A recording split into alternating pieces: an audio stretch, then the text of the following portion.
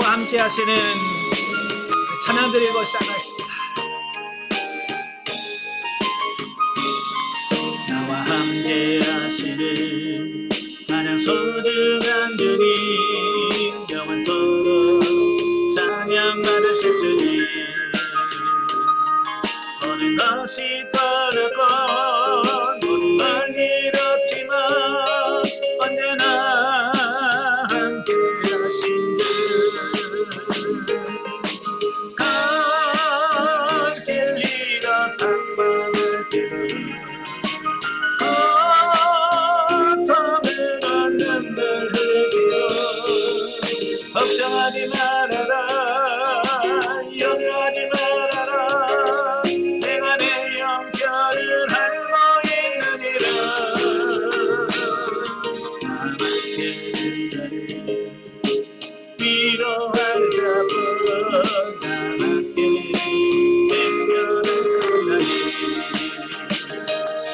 이거 위로하라, 이거 행하여라.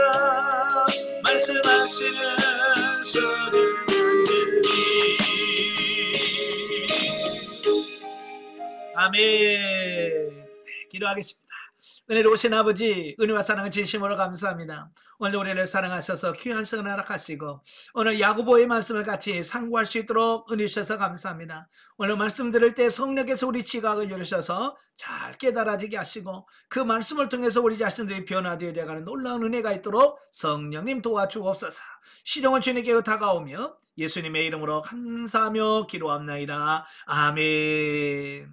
예, 이 시간에는 우리 야고보서 같이 보도록 합니다. 야고보서 교재 5페이지를 보시면 서론적 이해가 나오게 돼요. 자, 서론적 이해 1 제목. 자, 헬라의 원문에 보면 이 표제는 그 제목은 사본에 따라서 달라요. 즉 야고보의 표제, 바티칸 사본에서는 야코프라고 이렇게 되어 있는데요. 야코프라고 하는 말은 야고보에라는 제목이고요. 시내산 사본 또 알렉산드리아 사본에서는 야코프 에피스톨레라고 되어 있는데 바로 야고보의 서신이란 제목이 붙어져 있어요. 그러니까 시내 사본과 알렉산드리아 사본에는 이 편지라고 하는 말의 헬라어인 에피스톨레라고 하는 말이 붙어져 있어요. 그래서 본서가 서신의 형태를 취하고 있다라고 하는 것을 반영한 것이죠. 한편 대부분의 영어 성경에서는 본서가 특정한 지역이나 대상으로 보낸 것이 아닌 일반적인 서신 중 하나임을 반영해서 공동의라는 말을 붙입니다. 그래서 야고보의 공동서신이다 라고 이렇게 붙여져 있고요. 한글 성경에서는 이걸 야고보서다 이렇게 이름이 붙여져 있습니다. 자, 저자는 1장 1절에 보면 하나님과 주 예수 그리스도의 종 야고보라고 자기 자신의 이름을 밝히고 있어요. 그 야고보가 쓴 것은 맞아요. 근데 문제는 뭐냐면 이 신약 성경에 이 야고보라고 하는 이름을 가진 동명이인이 여러 명 나온다는 거예요. 그러니까 어떤 야고보냐, 이게 문제죠. 네. 사실 유대인중에서는 그 야고보라는 이름이 굉장히 흔한 이름이에요. 구약에서는 야곱이라고 되어 있죠. 히브리에서는 야곱이라고 되어 있는데 신약성경에는 야고보라는, 이 구약의 야곱이 신약성경에는 야고보예요. 같은 이름이에요. 그러니까 우리나라의 뭐 철수 영희처럼 아주 흔하게 쓰는 이름 중에 하나였다라고 이렇게 보면 되겠어요. 그러니까 제자 중에서도 세베대의 아들 중에 하나요 12사도 중에 하나인 야고보가 있어요. 이건 사도 요한의 형이죠. 예, 그 야고보가 있고요. 또 두 번째로 알페오의 아들인 야고보가 있어요. 그러니까 12사도 중에서 이름이 똑같은 2명이나 돼요. 그러니까 야고보라는 이름이 얼마나 흔했는가를 알 수 있죠. 또 세 번째로 예수님의 형제로 나중에 예루살렘 교회의 감독이 된 야고보가 나오고요. 그 다음에 네 번째로 사도 유다의 아버지 야고보가 있습니다. 자, 이 중에서 사도 유다의 아버지와 그 알페오의 아들 야고보는 본서를 기록하여 여러 교회에 보낼 만한 영향력이나 유명성이 없다라고 하는 거예요. 따라서 이 두 사람은 본서의 저자로서 적합하지 않다라고 하는 거예요. 또 세베대의 아들 야고보는 사도 요한의 형이죠. 이 야고보는 너무 일찍 순교를 했어요. AD 44년경에 그 헤롯에 의하여 순교를 당했어요. 자, 만약에 그가 본서의 저자라면 본서의 기록 시기는 AD 44년 이전에 기록됐어야 된다는 겁니다. 그러나 그것을 증거하는 내적 외증이 전혀 없다. 따라서 한 사람 남는데 그게 누구냐? 예수님의 형제인 야고보가 가장 확실하다. 이제 그런 내용이에요. 자, 먼저 예수님의 형제인 야고보는 예수님이 지상에 계실 때는 그를 믿지 않았다는 거예요. 그러니까 예수님이 십자가에 달려 죽으시고 부활하시기 전까지는 야고보는 예수님이 하나님이시고 메시아라는 사실을 안 믿었어요. 형제지만. 안 믿었어요. 그러나 예수님의 부활 직후에 개종을 합니다. 부활하신 예수님을 만나요. 예수님 만나고 나서야 그게 깨지는 겁니다. 아, 나는 그냥 형인 줄 알았더니 이게 메시아였구나 라고 깨닫게 돼요. 그래서 그가 개종을 하고 나중에 예루살렘 교회의 초대 감독이 됩니다. 그리고 초대교회에 당시 베드로와 요한과 함께 그 예루살렘 교회의 기둥같은 중요한 인물로 널리 인정받고 있었다라고 하는 거예요. 자, 사실에 비춰볼 때 아마 그가 본서를 보낼 만한 가능성 있는 인물이라고 하는 것을 알 수 있다라고 하는 거예요. 그래서 본서가 초대 교부들의 글에 주의 형제 야고보의 저작으로 인용되고 있다는 사실이 이를 반영하고 있습니다.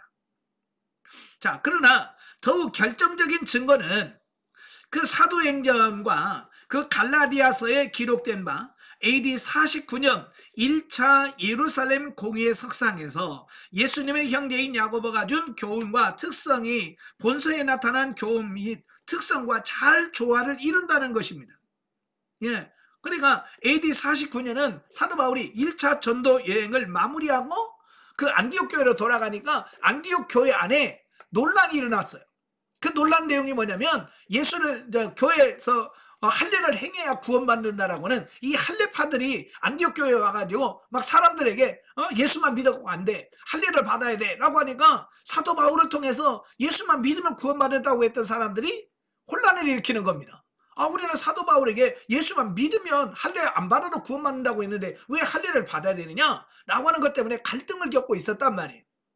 그때 이 바울이 예루살렘 공회에다가 요청을 하게 됩니다. 과연 이방인들도 할례를 받아야 되느냐 말아야 되느냐 라고 하는 그 안건을 가지고 제1차 예루살렘 공의회가 열리게 돼요. 근데 그 예루살렘 공의회에 회장을 했던 사람이 누구냐? 바로 야고보였다는 거예요. 그래서 사도행전에 나타난 그 내용과 이 야고보서의 내용들이 그 어투라든지 특성들이 거의 유사하다는 거예요. 또 다른 서신서보다 예수님의 교훈을 연상케 하는 말이 많고 특히 산상수훈과 공통점이 매우 현저하다는 데 있다라고 하는 거예요. 그러니까 형제니까 보고 배운 것들 늘 있잖아요.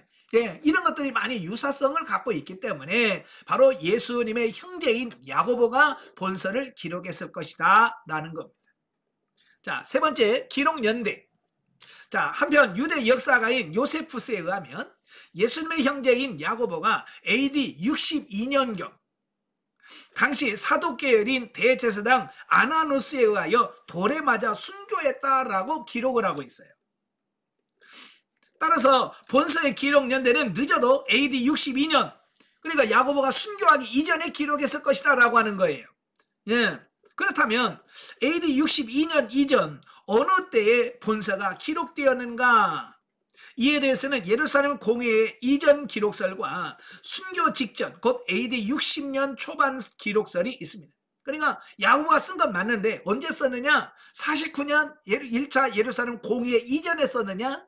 아니면 그가 죽기 직전인 AD 62년경에 썼겠느냐라고 하는 두 가지 설이 있다는 거예요. 그런데 이 가운데 전자의 견해가 훨씬 타당하다라고 하는 거예요. 그러니까 AD 49년 이전에 기록됐을 가능성이 크다 그 말입니다. 자, 그 근거가 뭐냐? 첫째, 본서에는 예루살렘 공의에서 다루었던 이방인 성도의 할례 시행 문제와 같은 이방인과 관련된 문제에 대해서는 언급한 바가 전혀 없다는 거예요. 만약에 만약에 49년 이전 이후에 그 예루살렘 공회에서 결정한 내용들이 있었다고 한다면 틀림없이 그걸 이야기를 했을 거라는 거예요. 기록을 했을 거라는 거예요. 이방인들을 할례 안 받아도 된다 뭐 이런 내용도 있을 건데 그런 내용이 전혀 없고 또 이방인에 대한 이런 기록들이 없다라고 하는 거예요. 예. 그러니까 아직 예루살렘 교회 안에 이방인들이 그렇게 많이 들어오지 않았고 들어왔다 치더라도 아주 극소수에 불과해서 큰 문제와 이슈화가 되지 않은 어떤 그런 시기다라고 우리가 볼 수 있다라고 하는 거예요. 예. 그래서 이는 본서의 수신자들의 교회 안에 이방인이 전혀 없거나 개종한 이방인이 소수 있다 하더라도 그로 인하여 문제가 발생하지 않았음을 시사해주고 있다. 또 두 번째, 이 교회라는 말이 없어요. 이 야고보서에 교회라는 말이 없고 대신 회당이라는 용어가 사용되어지고 있습니다. 그러니까 유대인의 회당은 복음이 유대인에게만 전파됐던 초기 기독교의 집회 장소로 자주 활용되었다라고 하는 겁니다. 그러니까 아직 교회가 세워지기 전에 오순절 성령 강림 이후에 그 어디에 모였냐면 성전과 회당에 모여서 말씀을 전했어요. 예. 처음에는 그때까지만 해도 유대교와 기독교 사이에 큰 갈등이 없었어요. 예. 그래서 회당에 들어가서 같이 말씀도 나누고 그랬단 말이에요. 예. 특히 사도 바울도 1차 전도여행, 2차까지도 항상 가면 어딜 찾았습니까? 예, 유대인의 회당을 찾았어요. 예, 유대인의 회당을 찾아서 거기서 말씀을 전했거든요. 자, 그러다가 나중에 유대교와 기독교가 갈라서게 돼요. 예. 뭐 할례 문제라든지 이런 문제가 대두되면서 더 이상 같이 있을 수가 없어서 이제 사도 바울도 이제 나는 이방인에게로 가겠다라고 이방인의 사도로 선포하고 그가 나오게 되고 그래서 점점 유대교와 기독교가 갈라서게 되어진 겁니다. 자, 그러니까 이때만 해도 아직도 회당에서 복음을 전하는 그런 시기라고 말해요. 그러니까 아주 이른 시기다 그런 말씀을 하고 있고 또 본서에 감독, 집사에 대한 언급이 없고 장로와 선생에 대해서만 언급하고 있는데 이는 본서가 교회 직제가 발달되지 않은 기독교 초기에 기록됐음을 반영하고 있다. 예, 그러니까 처음 기독교가 생긴 지 얼마 안 됐어요. 집사도 아직 안 세웠잖아요. 예, 그러니까 아직 집사 제도라든지 어떤 감독 제도라든지 이런 게 아직 성립되기 이전에 기록됐을 가능성이 크다라고 하는 거예요. 그리고 AD 60년경부터 본격적으로 문제가 되기 시작한 이단에 대한 언급이 전혀 없다는 거예요. 예. 60년대 되면 벌써 이제 영주주의자들이 나오게 되고 유대주의적 율법주의자 등장해서 교회를 막 굉장히 혼란스럽게 하거든요. 그런 기록들이 없어요. 그러니까 그 이전에 기록됐을 가능성이 크다. 그래서 전 기록서를 타당성이 있다라고 보는 거죠. 자, 그런데 반대 의견도 많아요. AD 60년경에 기록됐다라고 주장하는 사람들은 주장이 있습니다. 자, 그들의 주장은 뭐냐? 첫째, 유대 출신인 성도가 로마 제국 각지에 흩어지기까지는 상당한 시일이 요구됐다는 거예요. 그러니까 흩어지는 유대인들에게 복음을 전할 만큼 그러면 상당한 시간이 흘렀지 않았을까라고 하는 겁니다. 자, 그 다음에 두 번째로 본서는 사도 바울의 이신득이 교리를 오해하여 실천적 신앙생활을 등한시하는 성도들의 잘못을 시정하기 위하여 본서를 기록했다라고 보인다는 거예요. 그러니까 바울이 이신칭이 믿음으로 구원받는다라고 하는 말을 듣고 성도들이 이 행함에 대해서 부정적인 생각을 하고서 행하지 않고 어떤 행함이 없는 믿음으로 바뀌었다. 그래서 야고보가 그러면 안 된다라고 해서 이 서신을 썼다라고 본다는 거예요. 자, 세 번째. 그리고 본서에 언급된 시험과 환란이 초기보다는 후기의 것으로 보인다는 점을 들어서 설명하고 있어요. 그러니까 나름대로 일리가 있어요. 이 말이 전혀 틀린 말은 아니에요. 자, 그런데 유대인들은 이미 흩어져 있는 유대인들은요, 그때 흩어진 게 아니고 이미 BC 1세기 훨씬 이전부터 로마 제국 전역에 흩어져 거주하였기 때문에 위의 주장은 타당치가 않다라고 하는 겁니다. 예, 디아스포라라고 하는데 흩어졌다라고 하거든요.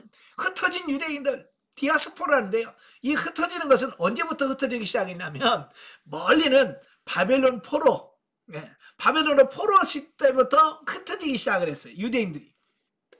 예, 그때부터 유대인들은 안 간 곳이 없습니다. 지금도 전 세계 유대인이 안 들어간 나라가 없습니다. 예, 그만큼 유대인들은 흩어져 있다는 말이에요. 그리고 본서가 바울의 이신득이 교리에 대한 오해를 푸는 답변을 주고 있다기보다는 바울이 본서의 행함의 강조에 대한 오해를 푸는 방식으로 주고 있다고 보는 것이 더 타당하다라고 하는 거예요. 그러니까 야고보가 행함을 강조하다 보니까 너무 형식적으로 가고 진짜 믿음이 없는 그런 신앙생활을 가기 때문에 바울이 반대로 믿음을 강조한 것으로 보는 것이 더 타당하다라고 하는 거고요. 따라서 본서의 기록 연대는 유대교와 기독교 간의 첨예한 갈등이 대두되었던 시기로서 예루살렘 공회 이전인 AD 46년에서 49년경으로 보는 것이 가장 타당하다. 자, 그렇게 보면 어쩌면 신약성경 27권 중에서 제일 먼저 기록된 책이 된다라는 것이 됩니다. 그리고 바울 서신 중에서 바울이 13권을 기록했는데 그 바울이 쓴 성경 중에서 제일 먼저 기록한 것이 데살로니가 전서예요. AD 51년경이거든요. 그러니까 46년부터 49년이면 바울이 데살로니가 전서를 처음 성경을 쓰기 이전에 벌써 야고보서가 기록되어져 나왔다라고 본다는 거예요. 자, 네 번째, 기록 동기와 배경.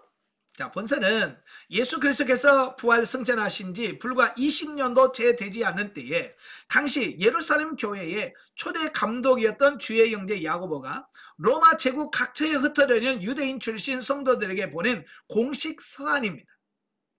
당시 수신자들이 정확하게 어떤 상황에 처해 있는지에 대해서는 알 수가 없습니다. 왜? 기록되어 있지 않기 때문에. 자, 다만 본서에서 암시하고 있는 바대로 추측해 보면 이 수신자들은 대개 AD 30년 후반경 스데반의 순교 이후로부터 본격화되기 되기 시작한 기독교에 대한 유대교의 대대적인 박해를 피하여 로마 제국 각 지역에 흩어져 있는 유대인 공동체, 곧 디아스포라에 정착하였거나 아니면 이미 오래전부터 디아스포라를 형성하고 있는 유대인들 가운데 복음이 전파됨으로 인해 각 개종하게 된 유대인 출신 성도들이었을 것이다 라고 하는 겁니다. 예. 그러니까 수신자들이 누구냐면 스데반 집사님이 사도행전 7장에 보면 순교를 당하죠. 예, 순교당하고 그 다음에 사울이 교회를 본격적으로 핍박을 하게 돼요. 그때 사도들을 제외한 많은 성도들이 흩어졌더라라고 말씀합니다. 이 신앙의 자유를 찾아서 각지로 흩어지게 되는 거예요. 그래서 흩어진 그들이 가서 교회를 세우게 되고 복음을 전하게 돼요. 네. 그래서 로마에도 가고 어디든 막 유대인들 가는 곳마다 이래 그들이 교회를 세우고 복음이 확산되어져 가는 그런 계기가 된 거예요. 네. 바로 그런데 그들이 신앙을 지키다 보니까 많은 어려움이 오니까 갈등하게 되고 고민하게 되겠죠. 자, 이들은 외적으로는 유대교를 신봉하는 동족의 핍박으로 인하여 큰 시련을 겪고 있었다라고 하는 거예요. 예, 유대인들은 이 공동체를 굉장히 소중하게 여기거든요. 예, 공동체를 소중하게 여겨요. 근데 바로 그들은 유대인 사회에서 교회 다닌다 그러면 출교를 시켜. 이 출교는 왕따를 시키는 겁니다. 여러분 왕따 당해 보신 적 있으신가요? 그 얼마나 상처가 됩니까? 그죠? 왕따 당하면 당해본 사람은 많은 상처를 갖게 돼. 정말 힘든 거예요. 예, 바로 그런 힘들어하고 있는 그들에게 말씀을 전하는 거죠. 또 내적으로는 주의 사도들로부터 기독교 신앙에 대한 체계적인 교육을 받지 못하여 자신들이 과거에 가졌던 유대교 신앙 습관에 크게 벗어나지 못하고 유대주의자들처럼 참된 신앙의 실천이 없이 말로만 경건을 부르짖을 뿐만 아니라 단지 믿음으로만 구원을 얻는다는 교리를 지나치게 강조한 나머지 실천적 신앙생활을 매우 등한히 하고 있었다라고 하는 겁니다. 그러니까 오순절 이후에 급속도로 교회가 확산됐거든요. 그냥 사도 베드로가 설교하니까 3,000명이 회개하고 돌아왔어. 교회는 아직 준비도 안 돼 있네. 그죠? 예, 그 다음에 또 안진뱅이를 고치고 나서 또 설교하니까 5,000명의 여기하고 들어. 자, 이 정도 되면 막 교회가 난리 나겠죠. 그죠? 그러니까 아직 교회라고 하는 어떤 기틀이 세워지기도 전에 수많은 사람들이 교회로 몰려오기 시작하는 겁니다. 그러니까 교회는 아직 준비가 안 돼 있고, 예? 여러 가지 어려운 부분이, 많은 혼란이 있을 수밖에 없었다라고 하는 거예요. 야, 바로 그런데, 그러다가 그들은 유대 교회 믿을 때는 그 지켜야 될 율법들이 엄청나게 많잖아요. 그죠? 미시나라고 해서 613가지 조항이 있습니다. 예, 십계명을 쪼개서 613가지로 나누었어요. 여러분, 십계명 다 외우시는 분 손 들어봐요. 그 10가지도 우리는 못해. 근데 613가지를 정해놓고 지키라고 그러면 10가지도 가물가물한데 613가지를 어떻게 다 외워서 그걸 지키겠습니까? 너무 힘들겠죠. 그죠? 그래서 나름대로 중요한 거, 덜 중요한 걸로 나누어요. 613가지 중에서 그걸 나누어요. 그래서 중요한 거 280여 가지, 좀 덜 중요한 거 300 몇 가지. 그래서 이렇게 나누어서 중요한 거 꼭 지켜야 된다. 또 덜 중요한 거 이건 지키면 좋고, 이렇게 나눈단 말이에요. 그래도 너무 많은 거예요. 네.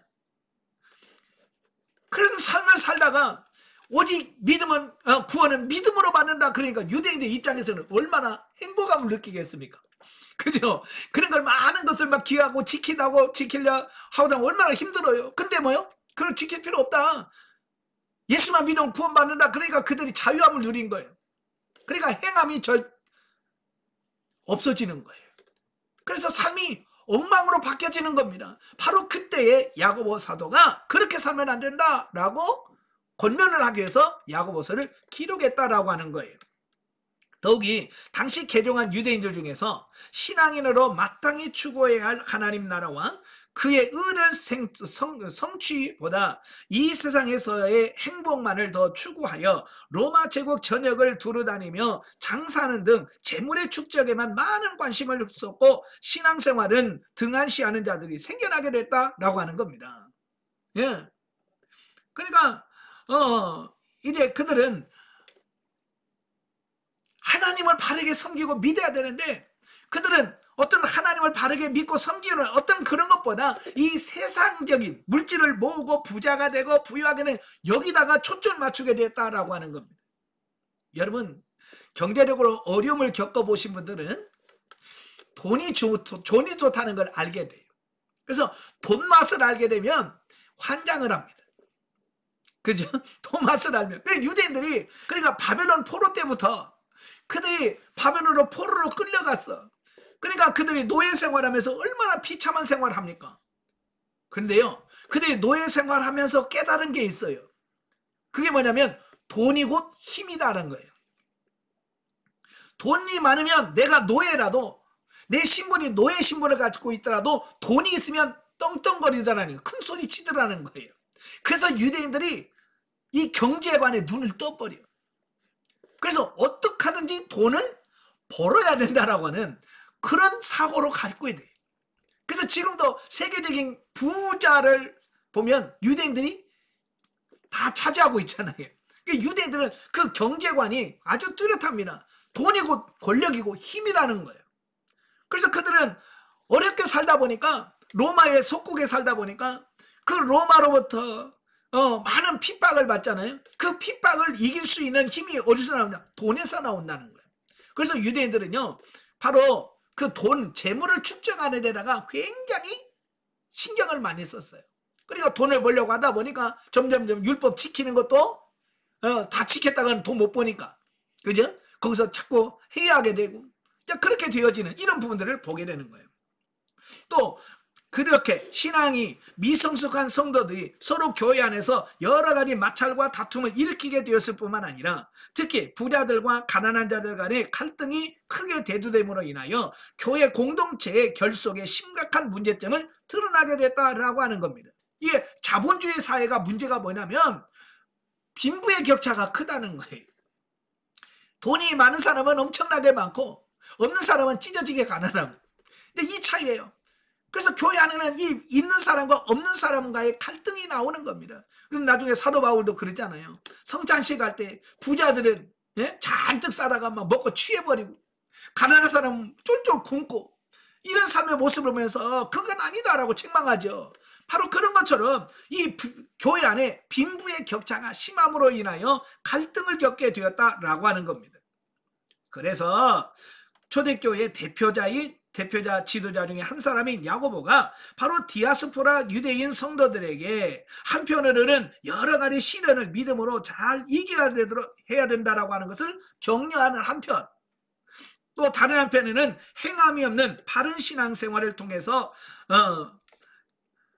행함이 있는 바른 신앙생활을 통해서 성도들의 신앙 성숙은 물론 교회 공동체의 공고한 결속을 도모하도록 하기 위해서 여러 가지 실천적 교훈을 줌으로써 아직도 출발도상에 있는 초대교회를 굳건히 하고자 본서를 기록했다라고 하는 겁니다. 그러니까 본서를 보면 왜 야고보가 행함을 강조할 수밖에 없었는지를 알 수 있습니다. 바로 그때 시대의 상황에서 그럴 수밖에 없었다라고 하는 것을 보게 되죠. 자, 다섯 번째 야고보서의 특징을 보면, 첫째, 인간 구원의 원리를 제시한 로마서와는 달리, 그러니까 로마서는 이제 신앙생활을 막 시작하는 이방인 성도들을 대상으로 기록한 성경이기 때문에 어떻게 해야 구원을 받느냐, 믿음으로 말미암아 우리가 구원받는다라고 하는 이런 기초적인 진리를 기록해서 보는 게 로마서거든요. 그러나 야고보는 달라요. 야고보는 이미 교회가 세워진 지 20년이 거의 다 돼요. 그러니까 어느 정도 신앙생활을 하고 있는 사람들에게 주신 말씀이 야고보서예요. 그러니까 대상이 누구냐에 따라 달라지잖아요. 영성훈련도 처음 영성훈련 접하신 분들은 입문과정을 전하잖아요. 그죠? 왜? 처음에는 기초적인 것부터 다루고 점점점 좀 강도가 세지잖아요. 마찬가지예요. 그러니까 누구를 대상으로 써느냐에 따라서 말씀의 깊이나 폭이 달라지게 돼요. 그리고 야고보는 이미 신앙생활한 지 20여 년이 될 만큼 오래된 사람인데 그 신앙인다운 삶이 안 나오는 부분에 대해서 책망하는 부분이에요. 그러니까 여러분도 우리가 신앙생활하면 10년, 20년 정도 되면 이제 믿는 사람다운, 크리스찬다운 삶이 나와야 되잖아요. 그죠? 안 나오는 그 부분에 대해서 지적해주고 있는 서신이 바로 야고보 서신이라는 겁니다. 그래서 이 야고보서를 신약의 잠언 혹은 신약의 아모스서다라고 불리기도 합니다. 자, 두 번째, 예수님에 관한 직접적인 언급은 매우 적으나 예수님이 말씀하신 교훈이 신약 성경의 다른 책들보다 많이 나온다라고 하는 겁니다. 그래서 야고보서를 보면 하나님, 예수님 이야기가 거의 없어요. 그죠? 예수님 이야기는 거의 안 나와요. 자, 그러다 보니까 처음에 이 야고보 서신을 성경으로 받아들일 때 정경성을 논할 때 많은 신학자들이 야, 이건 성경에 넣기가 그렇다. 왜? 예수님 말이 안 나온다. 예수님이란 이야기가 안 나오네. 그래서 이 정경으로 받아들일 때 많은 논란이 있었던 책 중에 하나가 야고보서예요. 그러나 말은 안 나오지만 내용적으로 보면 예수님의 가르침과 너무 일치한다는 거예요. 그런 특징을 갖고 있어요. 우리가 구약에서 에스더를 살펴봤잖아요. 에스더에서도 여호와, 하나님 뭐 그런 말이 하나도 안 나와요. 그런데도 에스더는 분명한 성경이거든요. 왜? 전체 흐르는 맥락 속에 하나님의 구속사의 진리가 명확하게 들어있거든요. 그러니까 말이 있느냐 없느냐가 중요한 것이 아니라 그 안에 담겨져 있는 것들이 어떤 거냐, 이게 중요한 거거든요. 자, 세 번째, 신약 성경 중에서 가장 많은 명령문으로 쓴 것으로 본서의 108절 중에서 54절이 명령형으로 기록되어 있어요. 50절 절반입니다. 절반이 하라, 말라, 지켜라 라고 하는 명령형으로 기록되어 있다라고 하는 거예요. 네 번째, 히브리서, 베드로전서와 같이 유창한 헬라어를 사용하고 있고요. 헬라어로 기록했고요. 다섯 번째, 유대인 출신의 성도들을 대상으로 기록함으로써 유대인 색채가 매우 강하다라고 하는 것. 여섯 번째, 당연한 반윤리적 문제의 해결을 위하여 강한 비판적 어투와 대화체 문장을 자주 사용하고 있다라고 하는 특징을 갖고 있습니다. 자, 11페이지에 가시면 신학적 이해가 나오게 되어지는데요. 자, 야고보서에 나타난 그리스도. 자, 성경 66권은 다 누구를 위한, 누구를 위한 거냐면 예수 그리스도를 말씀하고 있는 책이에요. 그러니까 이 야고보서에도 분명히 예수 그리스도가 중심이 되고 주인공이거든요. 그래서 야고보서에 나타난 예수님은 어떤 예수님이냐라고 하는 부분이 중요합니다. 자, 이런 관점에서 본서를 살펴볼 때 본서에서는 신약의 다른 서신서들과는 달리 그리스도에 대한 직접적인 언급이 거의 없다. 아까 특징에서 말씀드렸죠? 예. 대신 성숙한 성도의 삶과 교회 공동체의 결속을 위한 실천적 신앙생활에 관한 일련의 윤리적 교훈들이 그리스도께서 직접 주신 교훈들이나 그리스도의 복음에 대한 믿음, 또한 종말의 심판주로 재림하실 그리스도에 대한 소망을 근거로 주어지고 있다라고 하는 거예요. 그러니까 예수님 말을 쓰면 예수님이라는 단어는 없지만 전체적인 흐름의 내용은 다 예수님에 관한 부분이라는 거예요. 자, 이러한 내용을 통해서 우리는 본서에서 성도 개개인의 신앙과 삶의 유일한 기준으로서 그리스도, 교회 안에서의 성도 간의 상호 간에 지켜야 할 신앙 윤리의 절대 기준으로서 그리스도의 모습을 분명하게 발견하게 된다라고 하는 겁니다. 예, 그러니까 신앙의 모델로 이 야고보는 누구를 제시하냐? 예수님을 제시하고 있다, 그 말이에요.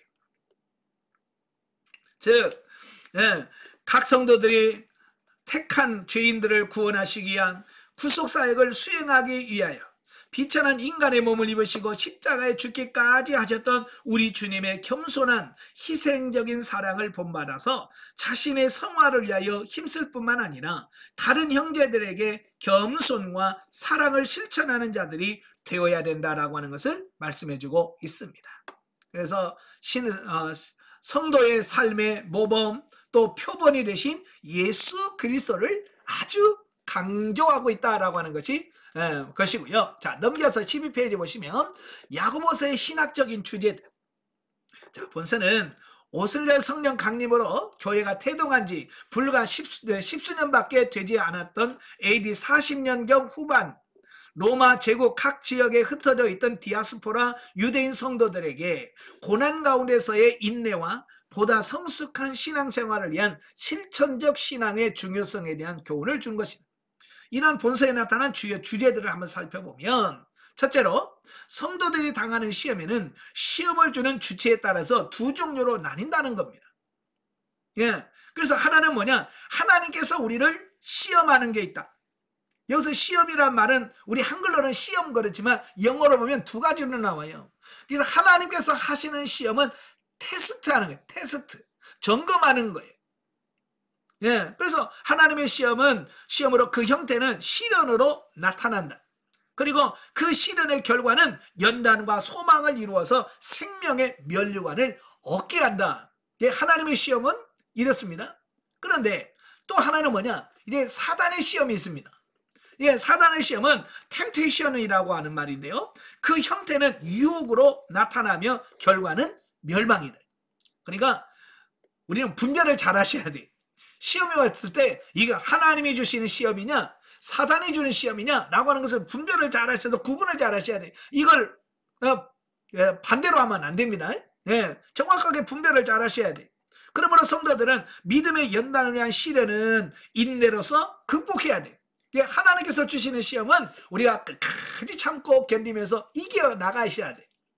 아시겠죠? 반대로 사단의 유혹은 받지 않도록 세상에 속한 것들에 대한 정욕을 버리고 성숙한 신앙으로 나아가야 된다라고 하는 것을 말씀해주고 있습니다. 이 사단의 시험은 넘어지면 안 돼. 들면 안 돼요. 통과하셔야 된다. 예, 통과해야 된다라고 말씀해주고 있습니다. 그래서 시험이 오면 여러분들은 꼭 하나님께 물어보셔야 돼. 하나님, 이거 하나님이 주신 시험입니까? 사단이 준 시험입니까? 라고 하는 질문을 통해서 분명하게 이걸 분별을 잘 하셔야 된다, 그 말이에요. 자, 두 번째로 믿음과 행함의 올바른 관계 정립이 필요하다.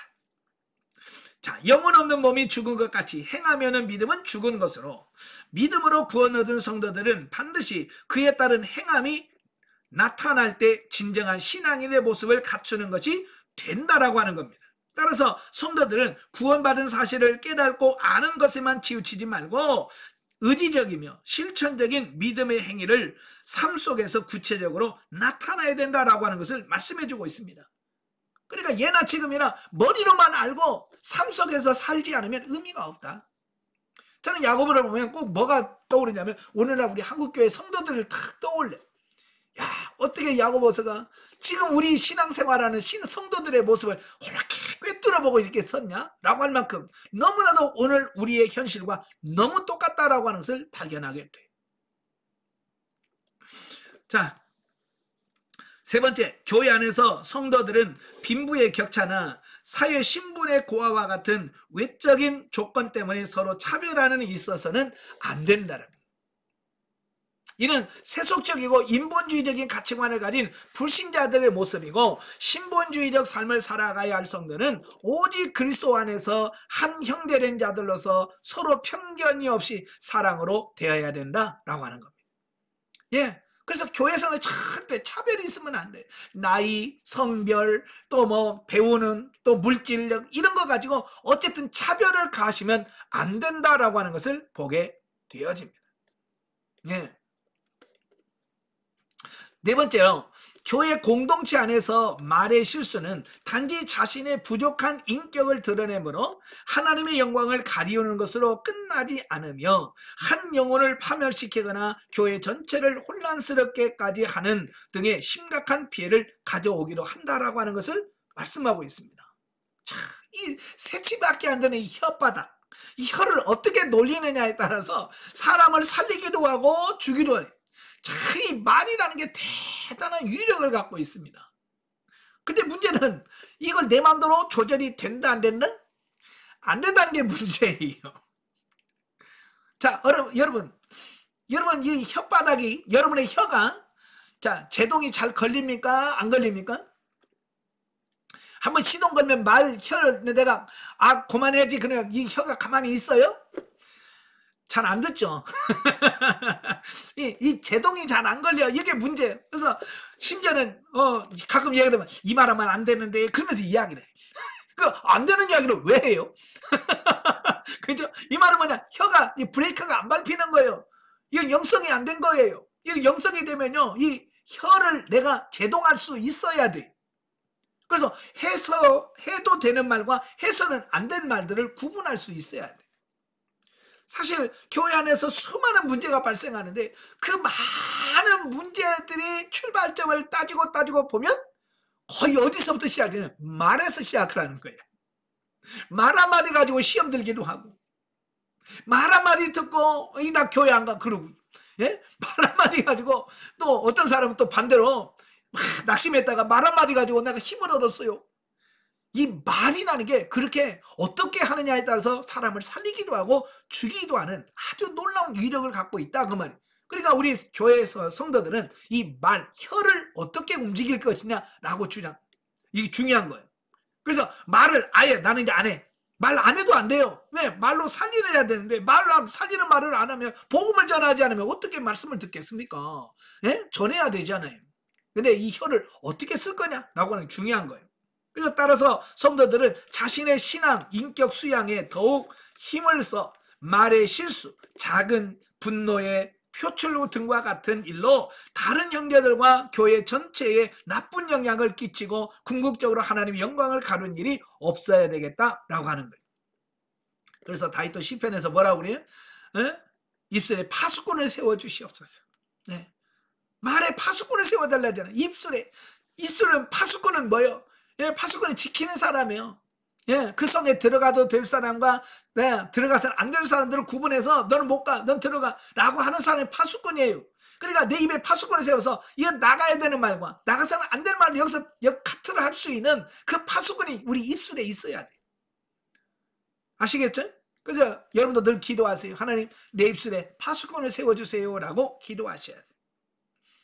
저도 진리 단계에 딱 들어가는 순간요, 제 입술에 어떤 현상이 일어나냐면 여기다가 마치 막 무거운 추를 입술에다 달아놓은 것처럼 입술이 얼마나 무거운지 모르겠어요.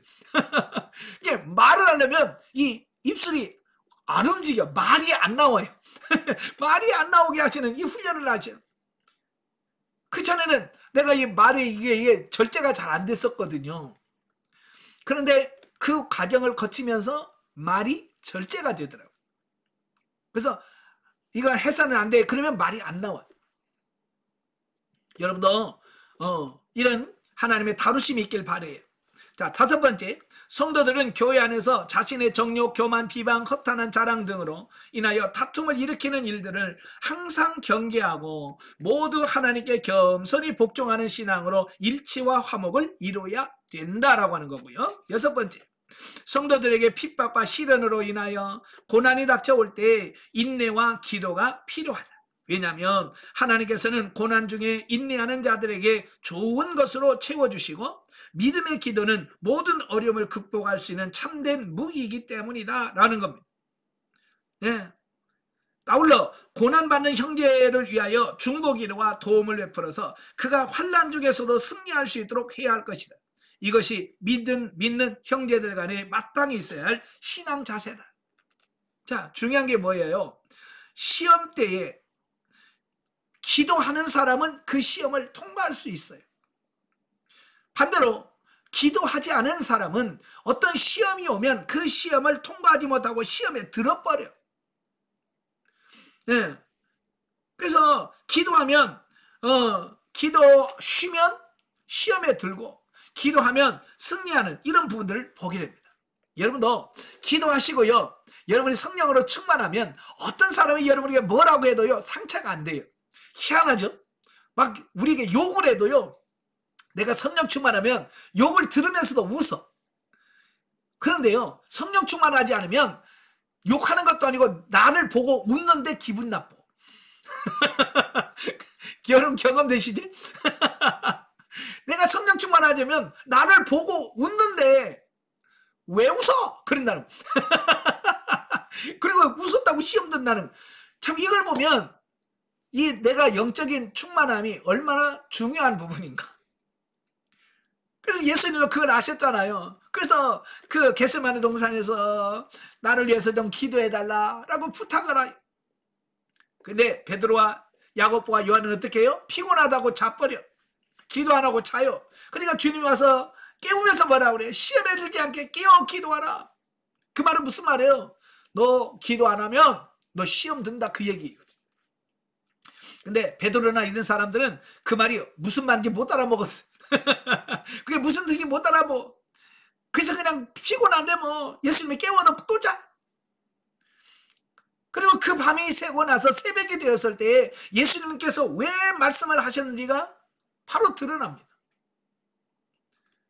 예수님은 자기를 잡으러 오는 사람들에게 누구를 찾느냐? 나사렛 예수다 그래요. 나다 그러죠. 아주 당당하게 자기를 잡으러 오는 사람을 맞이합니다.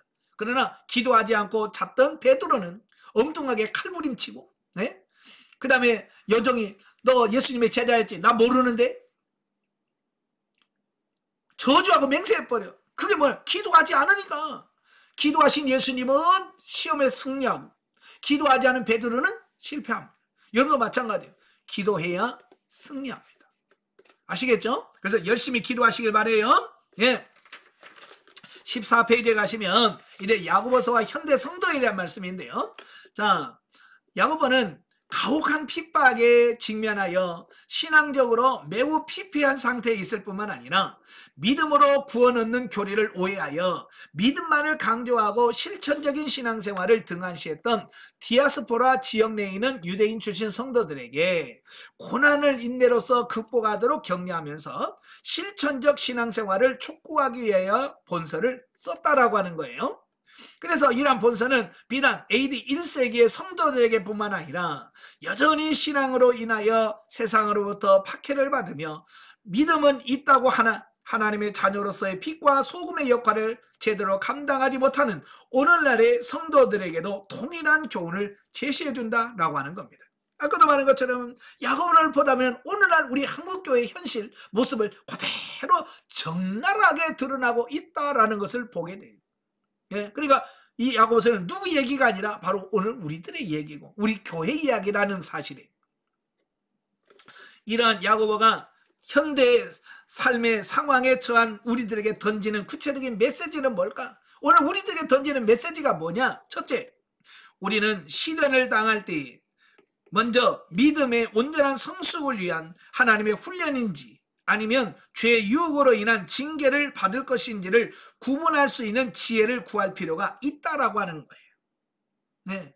이거 분별하셔야 된다. 분명히 하나님과 하나님의 시험인지 이 사단의 유혹인지 분명하게 우리가 분별할 수 있어야 돼. 예, 그래서 분별력이 필요한 거예요. 그래서 여러분들이 늘 기도하시면서 하나님 영분별을 허락해 주시고 영분별을 통해서 이걸 확실하게 분별할 수 있도록 도와달라고 기도하셔야 돼요. 만약에 이걸 분별하지 못하면 우리가 엉뚱한 행동을 하는 거예요. 하나님이 주신 것을 사탄아 물러가라 그러고 사탄이 준 걸 오 주여 감사합니다 이렇게 된다니까요. 예, 그렇게 되면 큰일 나는 거예요. 그래서 분별이 굉장히 중요한 겁니다. 그런 연후에 분별하고 나서 하나님께서 주신 시험은 기쁘게 받아서 자신을 온전하게 성숙시키는 계기로 활용해야 됩니다. 자, 그리고 자신의 욕심에 이끌려 유혹받는 시험이 없도록 죄의 유혹을 물리치고 승리하는 삶을 위하여 항상 경계하는 태도를 취해야 한다라는 것을 보게 됩니다. 자, 여기서 중요한 것은 뭐냐? 욕심이 굉장히 중요하다고 그랬죠? 욕심은 무엇과 같으냐면 자석과 같은 거예요. 자석은 뭐예요? 쇠붙이 같은 것을 끌어당기잖아요.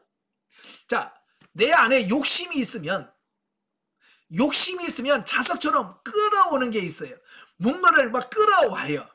근데 끌려오는 것 중에 죄들이 많아요. 그래서 이 욕심을 처리하고 버리는 것이 굉장히 중요한 거예요.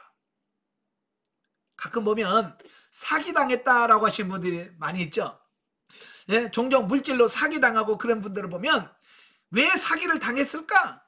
그 원인을 찾아보면 욕심에 있어요. 욕심이 잉태하면 반드시 사기를 당하게 돼 있어요. 그러니까 사기꾼들은 그 사람의 욕심을 대해서 굉장히 자극을 잘하거든요.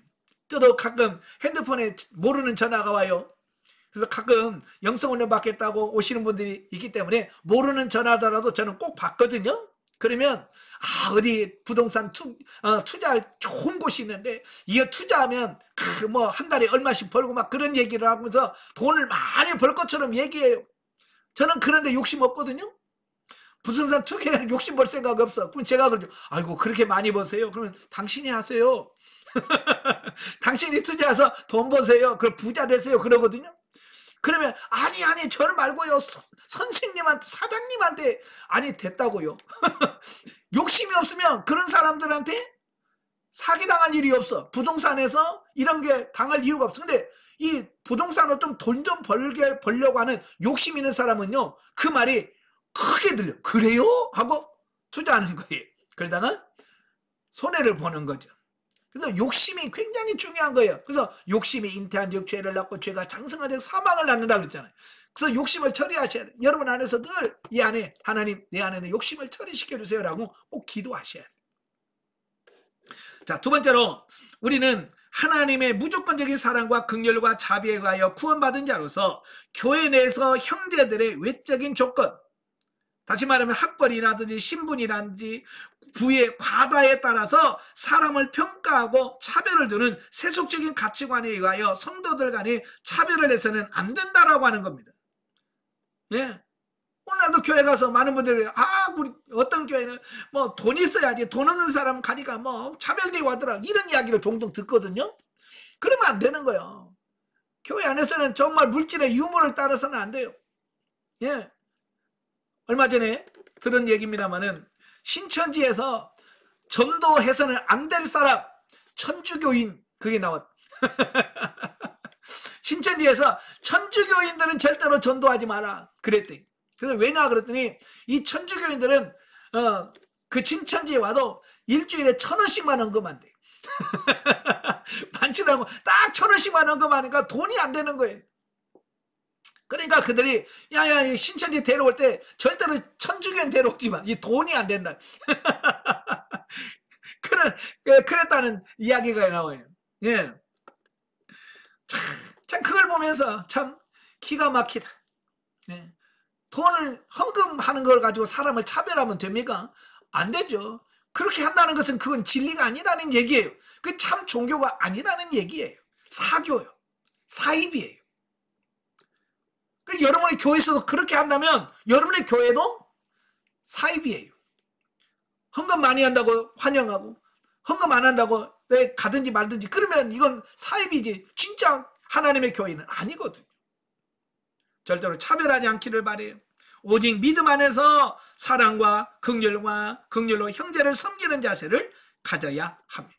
자, 세 번째로 나무는 그 열매를 보고서 알듯이 믿음은 행함을 통해서 증명되어야 한다는 사실은 신앙이 지식적이 되고 신앙을 외식적인 화려함으로 포장하려고 하는 현대의 성도들에게 일침을 가하는 교훈일 뿐 아니라 행동하는 신앙의 중요성을 뼈저리게 느껴야 함을 보여준다라고 하는 겁니다. 그러니까 행함이라고 하는 것은 뭐냐? 내 자신 안에 있는 보이지 않는 믿음이 증명하는 방법이 뭐냐? 행함이에요. 예, 그러니까 행함으로 내가 믿음이 있다라고 해서 증명하는 거가 된다 그 말이에요. 예수님도 그랬죠. 마태복음 7장에 보면 거짓 선지자나 참 선지자를 구분하는 것을 보면서 나무는 열매를 통해서 나무를 안다. 나무에 열매가 맺거든요. 그 열매를 보면 좋은 나무인지 좋지 않은 나무인지를 열매를 통해서 알 수 있다라고 하는 거예요. 그 열매는 뭐예요? 삶이에요. 그러니까 우리들의 삶이 중요한 거예요. 오늘날도 마찬가지예요. 나 영성했는데요. 영성이 됐는지 안 됐는지는 뭘로 알 수 있느냐? 나 수료했거든요. 그거 가지고는 증명이 안 됩니다. 수료한 사람다운 삶이 나와야 돼. 행위가 나왔을 때 아 진짜 저분은 영성을 잘 받았네. 영성이 잘 덧입혀졌네 라고 하는 거예요. 삶이 안 나오면 제가 늘 그러죠. 영성이 아니라 엉성이라. 삶이 안 나오면 엉성한 거예요. 여러분 엉성하면 안 돼. 영성을 하셔야 돼. 아멘. 자, 네 번째, 말의 절제는 개인뿐만 아니라 공동체와 교회의 생활에서 가장 중요한 것 중에 하나로 잘못된 말의 사용은 자신을 비참하게 할 수 있으며 다른 사람을 죽이기까지 하고 공동체와 교회를 파괴시키기까지 하는 무서운 일이다. 예, 이 말이 쉬운 것 같지만 이 말을 통해서 정말로 교회가 깨지기도 하고요. 예, 그렇습니다. 이 말이라는 게 굉장히 중요한 거예요. 그러나 성령에 이끌려 사용하게 되는 말은 멸망에 처한 형제를 구원으로 인도하고 시대에 빠진 형제에게 용기를 부어주며 공동체에 생기를 불어넣는 수단이 된다. 그러니까 말이라고 다 나쁜 건 아니에요. 어떻게 하느냐라고 하는 게 중요한 거예요. 예, 잘못하면 이건 사람을 파멸로 이끌지만 말 한마디에 또 사람을 살리기도 한다 그 말이에요. 그러니까 우리가 말을 안 해. 나 오늘 또 말 안 해. 입 다물어 야지. 그게 아니라 내 입에서 어떤 말을 할 것이냐. 이게 굉장히 중요하다라고 하는 것을 보게 돼요. 따라서 성도들은 항상 먼저 바른 말 사용하기를 위해서 신앙 인격을 수양하고 나아가 바른 말을 사용하여 형제들에게는 참 기쁨을 주며 하나님께는 영광을 돌리도록 하자. 그래서 여러분 자신의 언어 생활을 점검해 보셔야 돼요. 가끔 보면 성도님 중에서 이 혀가 짧은 사람이 있어요. 혀가 짧다는 말은 반말을 해요. 연세 드신 권사님한테도 일나봐 절나봐 저리 가봐 이런 분들이 계시고 또 연세 들었다고 또 젊은 집사님한테 집사 일나봐 저리 가봐 이렇게 또 하시는 분들이 있거든요. 교회에서는 나이가 있든 없든 항상 저는 존칭어를 써달라고 부탁을 합니다. 예. 나보다도 나이가 어리다고 해서 반말을 하고 그러면 서로 기분 나빠. 아마 여러분도 그럴 거예요. 예. 연세가 들어도요. 예. 반말하면 기분 나빠요. 전화도요. 반말하면 기분 나쁘거든요. 그래서 교회 안에서는 항상 존칭어를 써주라. 그래서 직분을 호칭할 때도 김집사, 이집사 그러지 말고 김집사님, 이집사님. 예. 항상 존칭어를 써주세요. 아시겠죠? 그럴 때 상대방이 들을 때도 참 평안하고 기분이 좋고요. 예, 관계도 좋아져요. 그래서 항상 반말하지 않기를 바래요. 아시겠죠? 예, 혀가 짧으면 안 돼요. 혀를 좀 기르세요. 그래서 항상 존칭어를 쓰고 사용한 말을 그런 언어를 쓰시면 좋겠습니다. 네. 그리고 가끔 보면 이 말에 가시가 있는 분들이 많아요. 이 말에 가시가 있다는 말은 뭐냐면 말을 하는데 그 말 속에 뭐 훑고 지나가는 게 있어요. 상처가 되고 아프는 말이 있어요. 우리 여러분의 혹시 여러분의 말 속에 그 가시가 있지는 않는지 가시 빼내야 돼요. 아시겠죠? 예. 다섯 번째, 우리 성도에게 주어진 인생은 장구한 하나님의 구속사에 비교해 볼 때 잠깐 보이다가 없어지는 안개와 같이 짧은 것이다. 그러므로 이 짧은 생에 일신의 쾌락을 추구하며 보낼 것은 아니라 천국 영생을 위하여 선을 행하는 값진 삶을 살아야 된다라고 하는 겁니다. 여러분, 우리 인생은요 생각보다 짧습니다. 예, 저도 야 언제 내가 환갑이 지났어? 이렇게 된다고 금방 지나갑니다. 훅 가요. 그러니까 정말 우리가 선을 행하고 착하게 살고 하나님의 나라를 준비하며 살기로 바빠요. 예. 그래서 여러분이 짧은 인생을 하나님 앞에서 섰을 때 부끄럽지 않게, 주님 앞에 섰을 때 부끄럽지 않을 만큼 잘 사는 것이 중요합니다. 여섯 번째, 우리 신앙생활 중에 여러 가지 고난에 직면하게 되는데 이럴 때는 눈앞에 닥친 현실만 바라보고 좌절할 것이 아니라 주의 재림이 임박했다는 종말론적 신앙 자세 및 인내와 기도로 극복해 나가야 할 것을 말씀해주고 있다라고 하는 겁니다. 예. 그래서 당장 눈앞에 보이는 것만 보지 말고 멀리 하나님의 나라에 가서 받을 상급까지 바라보면서 좀 길게 보고 신앙생활하는 여러분이시길 바랍니다. 자, 넘겨서 구속사적 이해봅니다. 하나님께서 본서를 통해서 로마 제국의 압제에서 믿음과 사랑의 교제를 잃어버린 유대인 성도들에게 주의 재림을 소망하는 가운데 고난을 이겨내며 아울러 그들이 소유한 믿음을 적극적인 행위로 드러나요 사랑과 화평의 교제를 회복할 것을 권유하고 있다라고 하는 겁니다. 예, 사람들은요 어떤 시련이나 고난이 오면 움츠려듭니다. 그죠? 아마 여러분도 건강할 때는 막 교회에서 큰 소리 칩니다. 근데 아파서 병들어서 누워봐요. 그냥 의기소침해져. 쑥 들어. 또 돈도 마찬가지예요. 막 돈 잘 벌고 그럴 때는 막 교회 가서 막 큰 소리 팍 치면 내가 할게요 막 그러잖아요. 근데 부도 나서 돈 없어져 봐. 그냥 조용히 입 다물고 조용히 있어요. 예? 이거 우리가 이런 것 때문에 너무 의기소침해지는 어떤 이런 부분을 보게 됩니다. 그런데 우리가 그래서는 안 된다라고 하는 것을 보게 되어집니다. 예. 그래서 우리가 어려울수록 더 하나님께 기도하면서 적극적으로 나아가야 돼요. 몸이 아파도요. 그것 때문에 뭐 부끄럽거나 그러지 마십시오. 예? 어떤 사람은 몸 아파서 교회도 못 갔는데 왜 창피해가지고 왜 창피하냐 그러더니 권사가 돼가지고 난 뭐 아프다고 뭐 그러면 다른 사람 덕도 안 돼. 그런 거 생각하지 말라니까요. 그런 생각하지 마세요. 돈 없다고 하나님께서 여러분 오지 마라 그러지 않으셔요. 왜냐면 여러분이 자격지심에서 그래 열등감에서 나온 거예요. 그런 것도 극복해 가셔야 돼. 예. 신약의 자문이라고 불리는 야고보는 믿음과 행함의 문제를 통하여 성도들이 하나님의 구원 사역 안에서 열심히 신앙생활을 해야 할 것을 강조하고 있으며 또한 교회 안에서 발생하는 불의와 사회적 불평등을 예리하게 비판하고 있다라고 하는 겁니다. 예나 지금이나 교회 안에 문제없는 교회는 없습니다. 그죠? 모든 교회 다 문제가 있어요. 큰 교회는 큰 교회대로, 작은 교회는 작은 교회대로, 성도가 많으면 많은 대로, 없으면 없는 대로 항상 문제가 있어요. 그래서 그 문제의식을 갖고 우리가 고쳐나가려고 해야 돼. 근데 가끔 보면 이 나팔수들이 많아. 나팔수들은 뭐예요? 여기저기 가서 우리 교회는 사랑이 없대요. 우리 교회는 차별이 심하대요. 막 욕하고 예? 흉보는 사람들이 그러면 안 돼요. 그러면 교회가 하나가 안 돼. 그러지 말고 하나님 앞에 기도하시면서 내가 정말로 그걸 사랑이 없다면 하나님 내가 정말 사랑의 불씨가 되기를 원합니다. 어떻게 이 교회를 사랑을 세울 수 있을까요? 라고 해서 여러분이 사랑을 실천해 가면서 사셔야지. 예? 아시겠죠? 그래서 여러분이 교회를 개혁해 가고 바꿔가야지. 그거 가지고 하면 안 됩니다. 자, 우리는 본서를 통해서 진정한 신앙은 단순한 입술의 고백만이 아닌 구체적인 삶으로 하나님을 기쁘시게 해드려야 한다는 것을 깨닫게 되며, 행하면은 믿음은 죽은 것이라는 따끔한 경고를 듣게 됩니다. 자, 이 말씀을 잘 여러분 가슴 깊이 새기길 바랍니다. 자, 영적으로 보죠. 야고보는 본서를 통해서 이방에 흩어져 있는 유대인들에게 시련 가운데 그들이 믿음으로 행하고 그 속에서 하나님의 자녀로서의 자부심을 가지고 참된 경건의 삶을 살 수 있도록 권고하고 있습니다.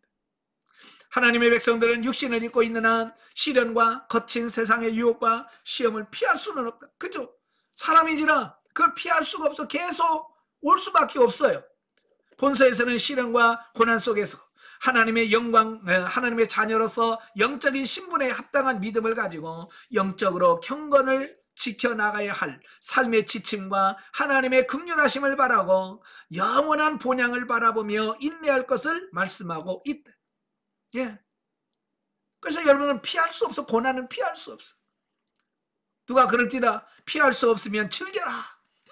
피할 수 없으면 즐겨라. 어차피 내가 해야 된다면, 그죠? 어차피 내가 해야 된다면 기쁨으로 해야 돼. 만약에 여러분, 내가 교회에서 어차피 내가 교회에 설거지를 해야 된다. 어떻게 했어요? 예? 맨날 나는 설거지만 하고, 그래서 입이 세 접시 나와가지고 하면 누가 그 은혜가 되겠어요? 그죠? 기왕 하는 거. 그죠? 기왕 내가 설거지 안 하면 기뻐하면서 찬양하면서 해보세요. 그걸 보면 다른 사람은 얼마나 은혜가 되겠어요. 기왕 청소하는 거 진짜 찬양하면서 하시면 얼마나 보는 사람도 덕이 되고 자기 자신도 기쁨이 되고 그러잖아요. 그죠? 제발 입술 세 접시 나오지 않도록, 아시겠죠?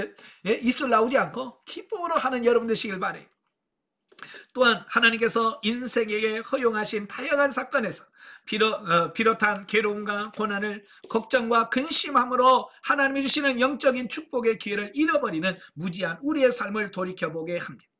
성도에게 매 순간 주어지는 일들은 하나님의 뜻에 부합하여 자신을 돌아보고 성령님께 순종하면 때마다 예비되어진 축복을 누릴 뿐만 아니라 내세도 상급으로 쌓여지게 된다고 됩니다. 고난을 피하는 것이 아니라 진리로 정복해야 된다. 아시겠죠? 고난한다고 에이 나 몰라 도망가는 게 아니에요. 적어도 통과하셔야 돼. 본서의 결말의 부분에서는 성도가 세상을 살면서 인내할 뿐만 아니라 타인을 위하여 중보하는 삶, 믿음 안에서 미혹에 빠진 지체들을 진리로 세울 것을 말씀하고 있습니다. 성숙한 그리스도인으로서 다시 거듭나는 삶을 복음을 위해서, 또한 하나님의 사랑하시는 그의 백성들을 위하여 중보하면서 영혼을 사랑하는 일이다. 모든 성도는 그리스도의 한 지체로서 각 개인이 진리로 세워질 뿐만 아니라 다른 지체도 진리로 세워지도록 도와야 한다. 아멘. 그러니까 여러분들이 영성훈련 통해서 여러분이 세워졌다면 나만 잘 살면 돼, 그게 아니라 이제는 나도 바르게 살 뿐만 아니라 다른 사람도 세워갈 수 있는 여러분들이 되어야 된다라고 하는 것을 보게 됩니다. 하나님께서 왜 여러분을 영적으로 세웠겠어요? 예? 바로 여러분뿐만 아니라 다른 사람들을 세워가도록 하시려고 여러분을 세운 거거든요.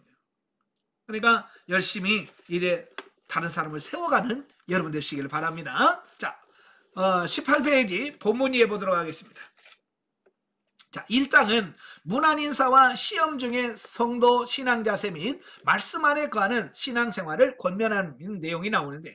자, 1절부터 12절 문안 인사 및 시련 중에 성도들의 신앙 자세에 대해서 말씀해 주고 있어요. 자, 본서는 신약 성경의 다른 서신서들과 마찬가지로 당시 서신서들의 일반적인 형식을 따라서 발신자와 수신자를 밝히며 간단한 문안 인사로 본서의 도입부가 끝나고 곧바로 본론으로 들어가서 환난과 핍박받는 외적인 시련 중에 성도들의 신앙 자세에 대하여 기록하고 있습니다. 그러니까 서론의 이야기를 끌지 않아요. 그 말은 무슨 말이냐면 그만큼 당시의 상황이 급박하다라고 하는 것을 의미하고 있어요. 먼저 2절 4절에서 성도에게 있어 여러 가지 시련은 믿음을 통한 영적 성숙을 가져오는 것이라고 하는 그 시련의 의의에 대하여 설명을 합니다. 그리고 마지막으로 12절은 시련을 극복한 자들에게 주어지는 축복으로서 주께서 약속하신 생명의 면류관을 얻게 된다는 사실을 기록해주고 있다라고 하는 겁니다. 예. 그러니까 성도들에 있어서의 고난은 결코 나쁜 것만 아니다. 아시겠죠? 여러분이 신앙생활하면서 여러 가지 어려움을 겪는데 이 어려움을 겪는 그 자체가 결코 나쁜 것만 아니야. 바로 나를 영적으로 성숙하게 하고 생명의 면류관을 얻게 하는 것이 뭐냐? 여러 가지 하나님께서 주시는 시련이더라 라고 하는 겁니다. 자, 그리고 그 가운데 5절부터 11절은 시련과 관련된 부차적인 주제로서 성도가 시련을 극복하고 영적인 성숙에서 온전함에 이르게 하여 믿음으로 하나님께 지혜를 구할 것. 그러니까 여기서 뭐예요? 내가 지금 시련당해서 어려움 중에 빠진 사람들이 해야 될 일이 뭐예요? 기도하라는 거예요. 예, 구하라는 겁니다.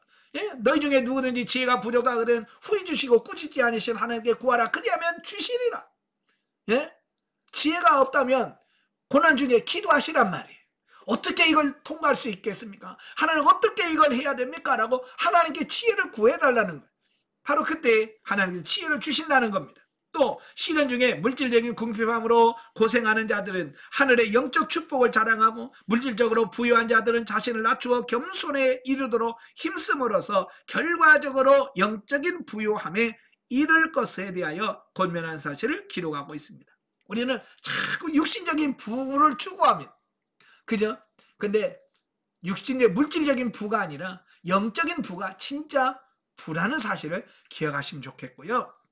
자, 야고보 기자가 본서 서두에서 이렇게 시련과 관련된 일련의 교훈들을 하고 있는 이유는 본서 수신자들이 당시 처해 있던 상황과 관련이 되어 있습니다.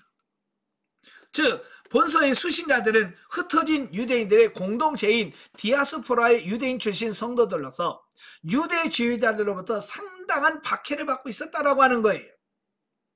예, 그래서 기독교에 대한 유대교의 박해는 AD 30년대 후반경, 즉 스데반 집사의 순교 이후부터 본격적으로 시작되어서 디아스포라 지역에서도 이러한 박해는 빈번하게 일어났다라고 하는 사실입니다. 예, 그러니까 예루살렘에서 핍박이 있어가지고 피해서 멀리 다른 지역으로 갔는데 또 거기에 유대인들이 또 핍박을 하는 거예요. 그게 피해 갔는데 또 오니까 얼마나 실망이 컸겠어요. 그죠? 여러분도 그러죠? 예를 들어서 이 교회에서 막 교회가 싸워서 아이고 교회가 왜 싸워? 그래서 교회를 옮겨갔는데 또 거기서 또 싸워. 그러면 얼마나 실망이 되겠어요. 그죠? 바로 그런 것처럼 똑같은 거예요. 그러니까 이 말은 무슨 말이냐? 고난은 피한다고 끝나는 게 아니라 내가 피해도 또 고난은 오더라. 그러니까 고난을 피하는 방법은 없어요. 통과하는 방법밖에 없어요. 자, 뿐만 아니라 타향에서의 삶 속에서 겪게 되는 여러 형태의 고난이 있었던 바 이로 인하여 수신자들은 신앙적으로도 시대에 빠져 있었기에 야고보 기자는 다른 교훈들을 주기에 앞서 성도들이 받는 그러한 시련의 의미와 시련 중에 바른 신앙 자세를 일구어 주기 위해서 이 같은 교훈을 주었다라고 하는 겁니다. 그러니까 사람들은 아무리 믿음이 좋고 신앙이 좋다 할지라도 이 고난이 와서 힘들면 다 위축될 수밖에 없다는 거예요. 예. 그래서 야고보 기자가 바로 위축되어 있는 그들에게 야, 위축될 필요 없어. 고난은 너희를 향하신 하나님의 축복이야. 하나님의 선물이야. 라고 함으로써 그들이 위축되지 않도록 하는 겁니다. 예. 자, 우리 영국에서 기독교에 엄청난 박해가 있었습니다. 그래서 그들은 신앙의 자유를 찾아서 그들은 배를 타고 신대륙 미국으로 가잖아요. 신앙의 자유를 찾아서 가지만 그 길이 쉬운 길이 아니었어요. 가서 1년 안에 절반이 죽습니다. 풍토병으로 여러 가지 문제로 죽어요. 절반만 남아요. 그들이 신앙을 찾아서 가서 고난을 겪었지만 그들이 기도하면서 세운 나라가 미국이에요. 그러니까 여러분도 고난을 지금 겪고 있다고 해서 너무 좌절하지 마세요. 힘들다고 너무 거기서 낙심하지 마세요. 만약에 청교도들이 미국 가가지고 신대륙에 갔는데 어렵다고 힘들다고 에이 모르겠다 다 좌절하고 포기해버렸다면 지금의 미국의 건설이 됐을까요? 미국 나라에 있을까요? 없어요. 그들은 그 어려움 속에서도 예? 끝까지 신앙 지키고 믿음을 지켰기 때문에 오늘날의 미국이 있는 거예요. 그러니까 지금 여러분이 고난을 받을 때 그걸 잘 통과할 수 있어야 된다 그 말이에요. 자, 13절 18절에 보면 사단의 유혹을 이기는 비결에 대해서 말씀을 해줘요. 자, 본단락에서 사단의 유혹을 이기는 비결에 대해 언급하고 있는데, 즉 보면은 자신의 잘못으로 인하여 범죄에 빠진 경우를 하나님께로부터 시험을 받는다라고 오해하고 있는 성도들을 위하여 기록된 것으로, 많은 사람들이 이런 경우가 너무 많아요. 자기가 잘못해가지고 망해놓고 하나님이 어찌 그럴 수가 있습니까? 그런답니다. 아니, 자기가 잘못해놓고, 그렇죠? 자기가 잘못해서 징계받아서 어려운 걸 왜 하나님 핑계 대냐고요. 그러지 마시란 말이에요. 오해하지 말라는 겁니다. 자, 성도를 죄에 빠지게 하는 시험은 궁극적인 주체 및 그러한 시험에 빠지게 되는 직접적인 원인, 그리고 그러한 시험에 지지 않기 위하여 성도들의 자세에 대하여 언급을 하고 있다라고 하는 겁니다. 예, 다 자기 욕심에 끌려놓고는 왜 하나님 핑계 대냐고요. 그러지 말라는 거예요. 본문의 내용을 좀 더 상술해 보면, 먼저 13절은 성도들을 유혹하여 죄를 빠지게 하는 시험의 주체는 하나님이 아니라 사단이 그 주체임을 말하고 있다라고 하는 겁니다. 여러분, 하나님은 결코 우리를 미혹해 가지고 죄를 짓게 하고 지옥 가게 안 하셔요. 예, 마귀가 그렇게 하는 거고요. 하나님은 우리를 훈련해서 영적으로 성장하게 하고 하늘의 상급을 쌓도록 하는 게 하나님의 테스트예요. 예, 분명히 달라요. 그리고 14절과 16절에 보면 성도가 죄에 빠지게 되는 직접적인 원인은 성도 자신의 욕심이다. 그 욕심을 끝까지 쫓는 자에게는 사망이 이른다라고 하는 사실을 언급하고 있습니다. 그래서 우리 안에 욕심을 얼마나 처리하느냐가 결국 영성적 삶을 사느냐 못 사느냐가 결정될 만큼 욕심이 굉장히 중요한 역할을 합니다. 그리고 17, 18절에서 사단의 유혹에 빠지지 않기 위해서 하나님께서는 주시는 각양 좋은 은사와 선물을 사모함으로 세상 것을 향한 욕심을 버릴 것을 교훈해주고 있다. 자, 여기 보면 하나님께서는 우리에게 나쁜 건 절대 안 줍니다. 하나님은 각양 좋은 것만 주셔. 예, 단지 우리 눈에 안 좋게 보일 뿐이. 요게 문제. 우리들 하나님께서 우리에게 좋은 것만 주시는데 우리 눈에는 그게 안 좋게 보인다는 거예요. 그러니까 우리가 겉으로만 드러나는 거 보고 나 이 하나님 이거 싫어요. 나 이런 거 안 날래요. 라고 한다는 말이에요. 그래서 오죽했으면 이 하나님께서는 이 시련은 변장된 축복이란 말을 합니다. 이게 뭐냐? 하나님의 복이 우리에게 올 때 이건 복이다 그러고 오는 게 아니라 이건 시련이다, 이건 고난이다 라고 하는 고난의 탈을 쓰고 온다는 거예요. 그러니까 우리는 탈만 보고 야 이거 힘들어 나 안 해. 그걸 안 한다는 거예요. 안 받아들인다는 거예요. 그러니까 그 고난의 탈을 쓰고 축복을 우리가 못 받는다는 거예요. 그래서 여러분이 고난이라는 형태로 오는 그 많은 훈련과 연단을 잘 통과하시길 바래요. 그래야 그 뒤에 오는 축복을 여러분이 누릴 수 있게 된다라고 하는 것을 보게 되어집니다. 자, 넘겨서 20페이지에 보면 19절과 27절에 보면 하나님 말씀 안에 거하는 신앙생활을 권고하는 내용이 나와요. 자, 본달락은 성도의 신앙생활에 있어서 가장 기초가 되는 하나님 말씀 안에 거하는 신앙생활에 대해 권면합니다. 자, 본문을 세부적으로 살펴보면 먼저 19절에서 말하고 성내기보다 듣기에 힘쓰라는 경구로 하나님의 말씀을 듣는 것의 중요성을 말씀하고 있습니다. 예, 말하기는 더디하라는 겁니다. 왜 우리는 입이 그렇게 말이 빠를까요? 네? 그죠? 그래서 말하기는 더디하라. 근데 어떤 사람은 왜 귀는 두 개고 입은 하나냐? 예, 말하는 말보다 듣는 걸 두 배로 해라. 예? 두 귀로 듣고, 그러니까 두 배로 듣고 절반만 얘기해라 그런 뜻이래요. 예, 근데 우리는 어때요? 반대로 하고 있잖아요. 한 마디 들으면 우리 10마디를 하죠. 그래서 말을 줄이는 거, 말수를 줄이는 것이 어찌 보면 중요해요. 아시겠죠? 그래서 많이 들어야 돼. 근데 우리는 들으려고 해요? 안 들으려고 해요? 안 들어요. 그냥 자기 말만 아니라고 정신없어. 예? 그래서 들을 수 있는 사람이 지혜로운 사람이에요. 아시겠죠? 그리고 성내기보다, 성낸다, 이 혈기로 절대로 하나님의 의를 이룰 수 없다라고 말씀합니다. 그러니까 교회에서 일하면서 절대로 성내면서 하지 마세요. 가끔 보면 교회에서 봉사한다고 성질내는 분들이 많거든요. 주방에서 설거지하다가 싸우고 또 기관 내에서 뭐 행사하다가 싸우고, 그러면 절대로 안 되면 성질내고 막 그러면 안 돼요. 아시겠죠? 자, 교회에서 성질내시는 분 여러분 없으시죠? 교회에서 절대로 성질내지 마세요. 구역예배 하다가 성질내지 말고요. 예? 기관 뭐 모임하다가 절대 성질내지 마세요. 그 성내는 것은 절대로 하나님의 뜻을 이룰 수가 없습니다. 하나님이 일하면서 절대 성내지 마세요.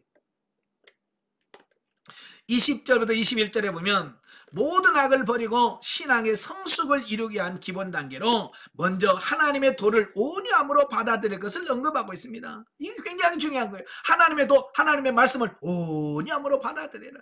예? 말씀을 들을 때도, 설교를 들을 때도, 강의를 들을 때도 아멘, 아멘하고 그 말씀을 받아들이셔야 돼요. 그 다음에 이어서 22절부터 25절에 보면 하나님의 도를 듣는 것으로 끝내지 말고 그 도를 행함으로 행할 때까지 가야 된다. 예, 많은 사람은 듣고만 끝나. 그래서 비유를 들었잖아요. 거울을 보는, 말씀을 듣는 것은 거울을 보는 거다.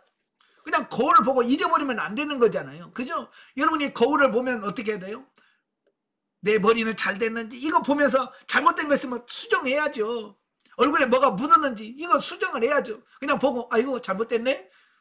그러고 안 고치면 거울을 보는 의미가 없잖아요.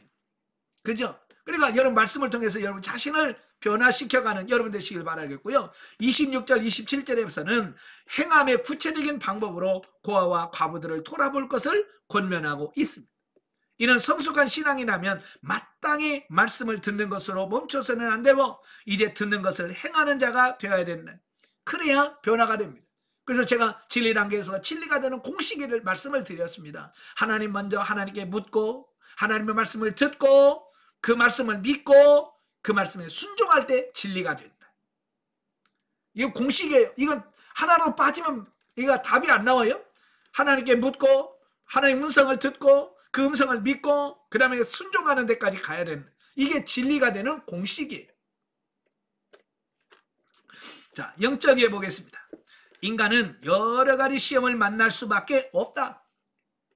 시험을 통과하지 않은 사람은 성숙한 인격자, 성숙한 신앙인이 될 수 없기 때문이다.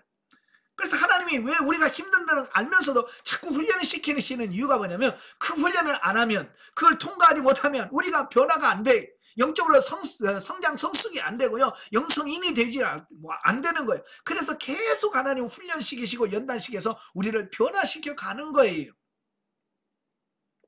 그래서 시험은 인내를 온전히 이루는 훈련이 된다.